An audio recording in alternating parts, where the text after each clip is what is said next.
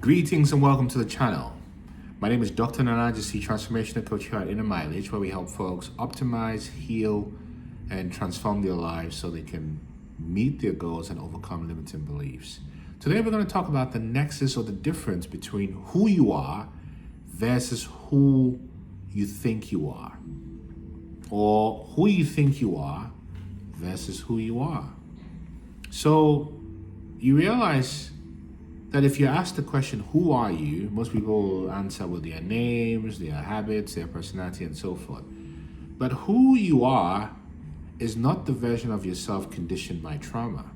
It's not the identity carefully crafted to survive narcissistic abuse, but the real you. See, this question, who am I, the age-old self-inquiry question, and many would borrow from Advaita Vedanta to make this point, is a realization that is unavoidable as part of your awakening path. Because for the first time, the person you thought you were when you start to wake up starts to crumble. Today, we're going to dive deep into this concept, borrowing from different areas, neuroscience, philosophy, quantum physics, and spiritual wisdom, to uncover how narcissistic abuse distorts your sense of self and why reclaiming your identity is the greatest act of power. Now, let's talk about the psychology of the false self. So, from a psychological perspective, we are aware that we carry multiple versions of ourselves. But after narcissistic abuse, these versions begin to conflict with each other. In fact, in the self-discrepancy theory by Dr. Torrey Higgins, it explains that there are three main identities: the actual self, that's who you are truly beyond influence. Then the ideal self, who you aspire to be, shaped by your own values. And the ought self, who you think you should be, dictated by societal and relational pressures. Again, this is from Dr. Torrey Higgins. It's the actual self, who you truly are, beyond external influence. The ideal self, who you aspire to be, shaped by your own values. And the ought self, who you think you ought to be, dictated by societal and relational pressures. So you realize when you grow up in a narcissistic family or endure long-term narcissistic abuse, your ought self becomes dominant. That's who you think you should be.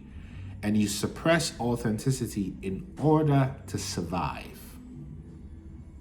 So we know from the work of R.D. Laing, Scottish psychiatrist, who wrote the famous book, The Divided Self, they argue that those subjected to oppressive relationships develop a false self,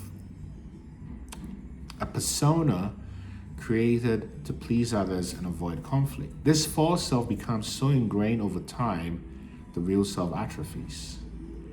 And this is where introjection happens, where you accept projections and introvert those projections as your own. So for narcissistic abuse survivors, this explains the post-escape crisis. Who am I if I'm not what they want me to be? Who am I if I'm not who they want me to be?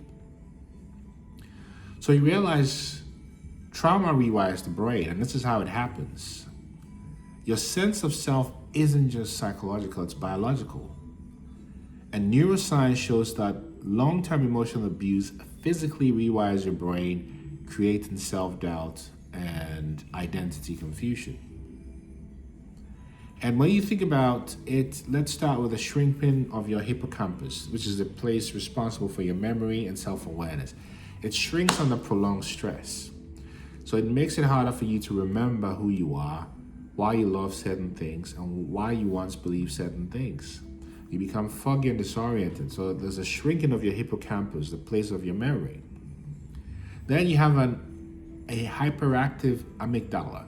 The amygdala is the fear center of your brain. And that part of your brain becomes overstimulated due to repeated emotional abuse, Van der Kolk. And therefore you find that you live in a state of hypervigilance, unable to trust your own perceptions, which leads to a trauma identity. An identity based on self-doubt, fear, and appeasement. Then, still on the psychological perspective, the other thing that happens is there's a suppressed prefrontal cortex. So amygdala, fear, right? The hippocampus, memory, and the prefrontal cortex is rational thought. So your rational thinking and self-reflection becomes weakened, according to Einstein. This means you struggle to think critically about yourself, making it easier for abusers to manipulate your identity. Which is why you hear about survivor's guilt, or battered wife, or battered husband syndrome, or traumatized people seem to be going back for more and more and more. This is a bit of the science around how the trauma bond becomes. So you realize that this is why leaving a narcissist doesn't immediately restore your true self. Your brain needs time to relearn who you are. And this is the reason why some people go into what's often called hermit mode or isolation. Now, from a spiritual perspective, of course, we've talked about how psychologically abuse distorts your identity. But it's something that's been known spiritually from the beginning of time. In fact, in the Upanishads, a very sacred text from the Hindu cosmology, an ancient Hindu scripture, it introduces the concept of Maya, as in Dr. Maya Angelou Maya, M-A-Y-A, the illusion of self. And it states, what you think you are is but a shadow of who you truly are. This also aligns with my own practice in Theravada and Buddhist thought, particularly the concept of anatta, no self. The Buddha taught that the self is not fixed. It's a fluid, ever-changing perception. So for survivors of narcissistic abuse, this teaching is liberating.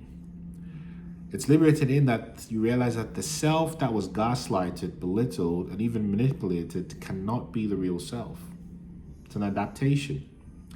Because the true self was buried under the survival self, but it was never destroyed. But remember, because your fear center is heightened, your hippocampus for memory is diminished, right? And you are really struggling with your prefrontal cortex for rational thinking. So you sort of lose, you don't sort of, you totally really lose yourself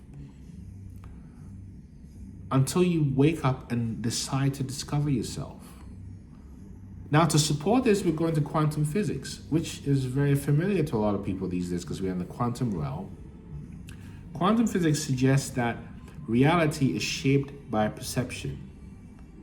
Reality is shaped by perception, not the other way around. Perception is not shaped by reality. For example, in the double slit experiment, which is often referenced, it is said that subatomic particles, and the smallest level of particles, are the atomic or subatomic state, protons, behave differently depending on whether they are being observed. So observation changes the behavior of these particles that were previously thought to be static. What does this mean? Your identity is not fixed. It's shaped by what you focus on. So when you were under narcissistic control, your awareness was hijacked. The critiques of your abusers, including the gaslighting and distortions, became the lens through which you saw yourself. That's how you saw yourself. But the moment you consciously observe yourself from a place of truth, your reality shifts. It does, just like in the observer effect that we just talked about. So you realize that to rebuild yourself, you need to recognize that the false self was never real. It was a survival self, a temporary construct, and not your core identity. That you can reprogram your mind through neuroplasticity via meditation, self-reflection, affirmations, new experiences, and all these. They all rewire the way your brain works. Some even say psychedelics can do that for you, and you want to be in a safe, licensed, certified environment if you decide to explore that. Then you think about ancient wisdom. We've talked about what the Upanishad said, what the Buddhist text said, and even Stoicism. That to understand yourself is to reshape your identity. So you realize that you can consciously choose who you become because identity, talking about anatta, is not fixed. It's something you can create anew. If this resonates with you, type transform in the comment section or send me a message at nana@innermileage.com and check out my Escaping Narcissistic Abuse course. at innermileage.com and realize there's no one like you. No one. So keep ascending, keep discovering, and keep writing the narrative for who you be on this plane. See you next time.